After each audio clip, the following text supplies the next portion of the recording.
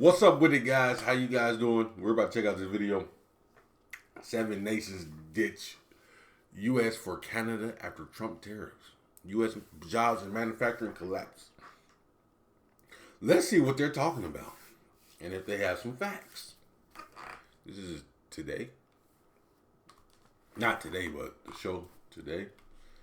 And let's see what they have to say here. As always, how you guys doing? Hopefully well. Me, I'm doing wonderful. To my Canadian people, did you guys check out the G7 yesterday? I have a few videos dropping today and tomorrow about the G7. So stay tuned. Besides that, let's get into this. Even my people around Europe, man. Did y'all watch the G7? Welcome back. Well, Donald Trump's tariffs are fueling global unrest. Mass protests erupting worldwide, with thousands calling on the president to keep his hands off democracy. This, as America's largest bank forecasts a 60% chance of a global recession. What if, in a single morning, your entire... So are they Australian? They said a global recession. Hold on, what was the percentage? Democracy. This, as America's largest bank forecasts a 60% chance of a global recession. What if, in a single morning, your entire livelihood vanished? Not from a flood or fire, not from war or a viral collapse, but from a single policy announcement, a new tariff, a number, a law. No sirens, no advance notice, just silence. Orders dry up, warehouses go dark, machines idle mid-assembly. Your factory floor suddenly feels like a graveyard. This was the shock that rippled across the globe in early 2025, when the United States slammed its trading partners with a sweeping series of tariffs, some as high as 35%. Whole supply chains froze. Industries held their breath. And while Washington was building... Hold on. Some stuff he went up 25% more, so 50%. I think on steel and aluminum. It's crazy. Walls, Ottawa opened its doors. In the chaos, something unexpected happened. 7 nations, economic powerhouses, resource giants, clean tech innovators, did not wait. They turned. And they found Canada. Before we continue, hit that like button to help us beat the YouTube algorithm and to show your support. It began in Germany. In the vast automotive hubs of Munich and Wolfsburg, engineers and managers woke up to a 25% tariff slapped on all vehicles and auto parts entering the United States. And what we're going to be doing is a 25% tariff on all cars that are not made in the United States. If they're made in the United States, there's absolutely no tariff. We started off with a 2.5% base, which is what we were at. Years of carefully tuned transatlantic logistics. Why would you have a tariff for something that's built in America anyway, you dummy? What are you talking about? Yeah. Oh my gosh. If it's not built in America, you have to import it. If it's built in America, if it's built in America, why the hell are you importing it into America? It don't make no sense. This guy here, he said some silly stuff. But anyway, make better cars. Come on. The Germans and their vehicles are top-notch. Logistics unraveled in a matter of hours. At Summerch GmbH, 2,500 jobs hung in the balance. Orders from Detroit vanished. Forklifts stopped moving. But Berlin wasn't about to let its manufacturing backbone collapse. On February 14th, Germany signed a supplemental trade protocol with Canada. Well, Canada and Germany have officially signed a hydrogen deal. Prime Minister Justin Trudeau and Chancellor Olaf Scholz oversaw the signing in Newfoundland. Now, this agreement will kickstart a transatlantic supply chain for the green energy, securing $10 billion in duty-free auto part quotas annually. And just like that, the flow reversed. Transmission casings once bound for Michigan were rerouted to Ontario. 70% of January's inventory was redirected in less than 3 weeks. GM Canada's Oshawa plant fired up additional lines. 350 workers were rehired.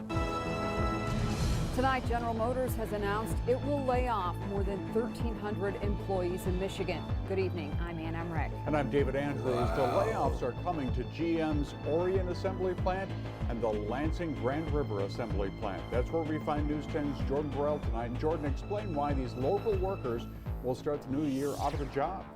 Hamilton's logistics sector added 200 warehouse jobs to manage the flood of redirected parts. German engineers recoded their ERP systems, relabeling shipments from Detroit to Toronto, Flint to London. But it wasn't just about survival, it was reinvention. In March, Intercon, a Franco-German wind turbine giant, signed a $1.1 billion deal to ship turbine components directly to Canada's hydroelectric sector.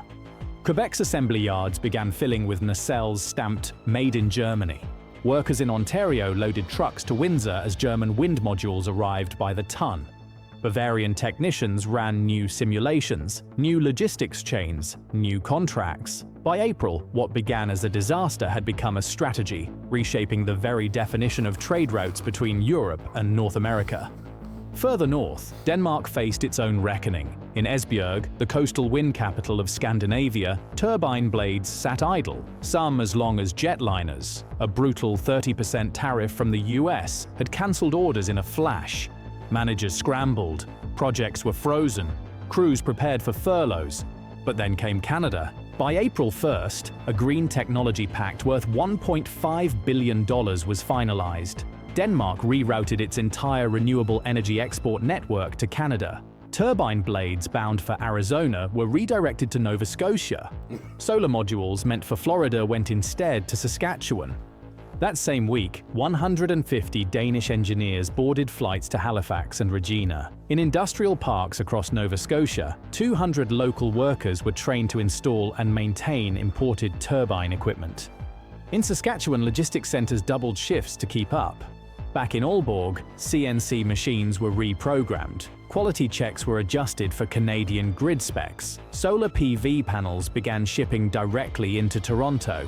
In a single month, wind turbine exports to Canada jumped 65%. For Denmark, it meant 900 jobs retained. For Canada, it meant 1,100 brand new ones. The pivot wasn't just... It looked like it's...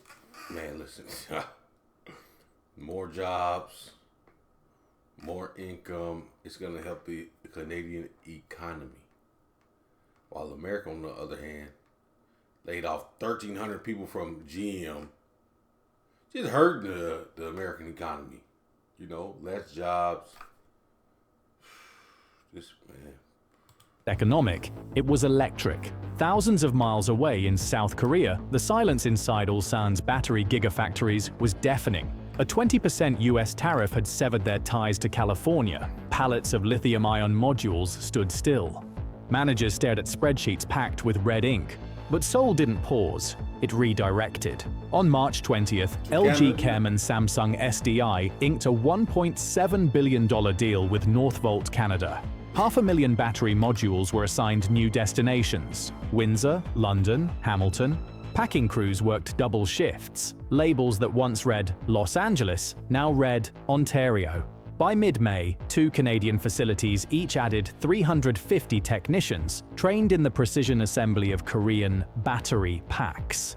In South Korea, 3,000 jobs were protected. Ulsan kept its lights on, and the global electric vehicle race, once reliant on US integration, was now plugging directly into Canada's growing EV supply chain. In Lyon, France, the mood was tense. At a facility producing hydrogen electrolyzers, machines capable of converting water into clean energy, orders had dried up.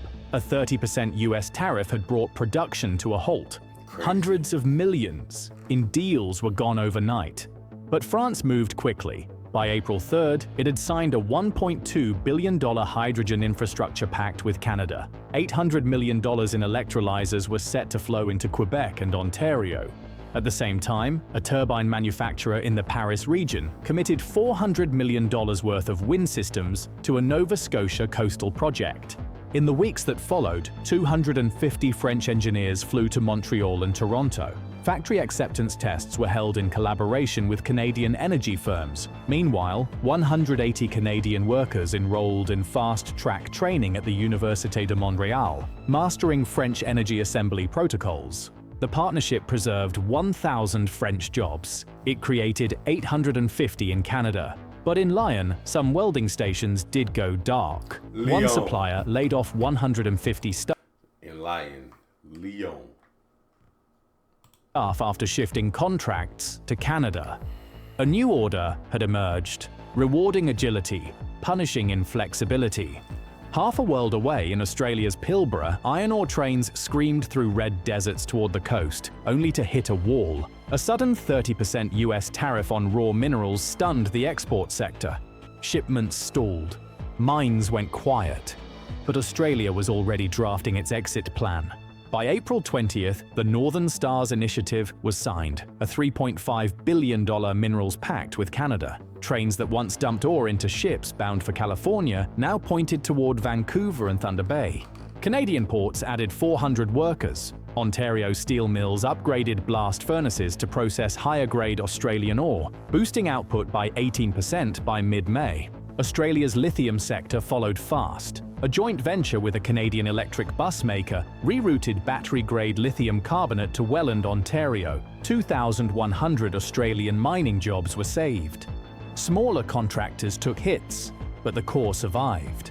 What mattered most was the signal. Even base commodities could be rerouted, repackaged, and reforged in new partnerships. In Mexico, the tariff came like an earthquake. A crushing 35% hike on auto components severed access to American assembly lines. Plants in Ciudad Juarez, Baja, Monterrey braced for collapse. But within weeks, Mexico and Canada announced the Triple North Corridor Alliance, $8.2 billion in parts. Suspension systems, ECUs, wiring harnesses were rerouted.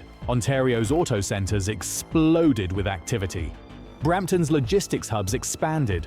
Windsor's factories ran night shifts. Mexican suppliers avoided collapse by pivoting north. Packing centers in Baja California kept workers on payroll by rerouting volume to Canada. By May, bilateral investment between Mexico and Canada exceeded $20 billion. The attempt to isolate Mexico had, in practice, deepened its trade ties with Canada, and it proved a powerful lesson. Weaponized tariffs do not break partnerships, they redirect them. Then, finally, came Brazil. On March 1st, ranchers in Mato Grosso received the news. A 25% tariff had killed access to the US market. Beef, soy, ethanol, worth billions, had nowhere to go.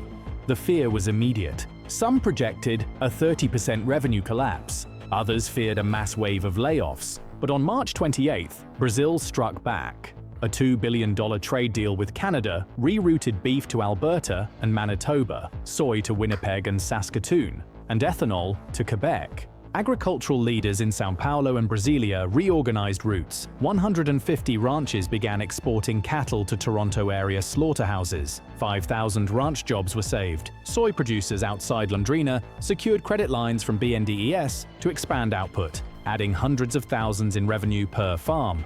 Canadian meat processing facilities added 400 workers. Grain cooperatives hired 250. On May 10th, trade ministers from both nations stood shoulder to shoulder. Brazil had not just salvaged its economy, it had redrawn its map. Before we continue, hit that subscribe button to show your support to the channel. From German crankshafts bound for Ontario to Brazilian cattle trucked to the prairies, from wind turbines arriving in Halifax to lithium modules powering Toronto, this was not a trade shuffle. This was a global migration. The US believed tariffs would bring manufacturing back.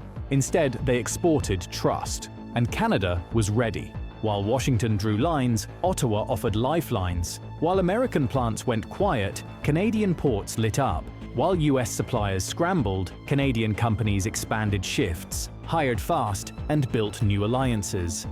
This isn't just about economics, it's about identity, about who shows up when the rules change, and about what happens when the world's most trusted trading partners decide to find new ground. If you found this video insightful, hit the like button, subscribe, and ring the bell so you never miss what comes next. Comment below, what country's pivot shocked you the most? No, what happened was it blew up in his face. He tried to throw these countries and, back Canada up against the wall and put them in the corner, and they responded, found business elsewhere, helped to bring some jobs to the economy, and helped to keep, the flow going on with inside Canada and the other countries as well. Not just Canada that was affected, even the countries that's doing business with Canada they're thriving as well if they're doing great deals like this. And America's on the back end looking dumb because we have a dictator trying to dictate what's going to happen, and it just blew up in his face. It made me laugh. I shake my head and laugh at the same time because how dumb can you be? You can't be that stupid, man. So let me know what you guys thought about this video. Wonderful video. I love to see, you know, when it's just, when you do good by people, good's gonna come to you. When you do bad, you're gonna receive that bad karma. That's just what I believe in. Trump's out here doing silly stuff that's not okay. And it's getting thrown in his face. But the problem is that we have to suffer. And it's just not right. But anyway, let me know what you thought about the video, and I'll see you in the next one.